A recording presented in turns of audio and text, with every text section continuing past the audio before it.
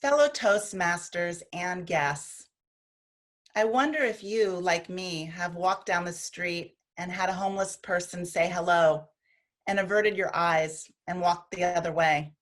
I think we've all experienced that. And that's why Roger's speech, "I Can See You," was provocative and compelling for me. Roger, you are a master at vocal variety and pauses and using your voice to get your point across. When you say, "When are you too busy?" you don't just keep talking, you paused and let it sink in. When you said young, gifted, and Black, you stopped and let it sink in. I appreciated that because not only could I follow your speech very well, I also felt the emotional impact through your voice when you lowered it in the more serious moments.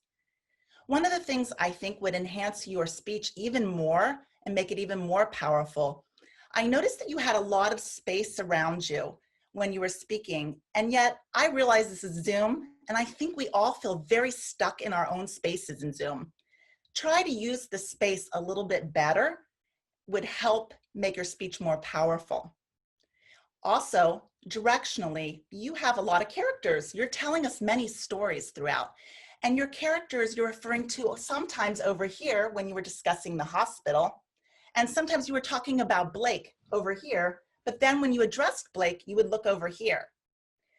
That's a common mistake and it can be fixed, and it will help us as an audience really keep your characters straight if your eyes are directionally focused at the same point for various characters ahead of time established. In review, your voice was eloquent and evocative and compelling, and it really drew me in and made me stop and think about what you were saying to us. However, I think if you move a little bit more to the sides and you specifically look at certain characters when you're speaking so we can keep them straight, it will make your speech even stronger. Roger, you said in the beginning you wanted to be Invisiman.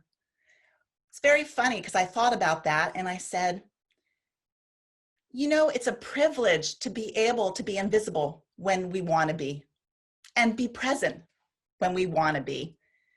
The homeless, the people around us that don't have that privilege, well,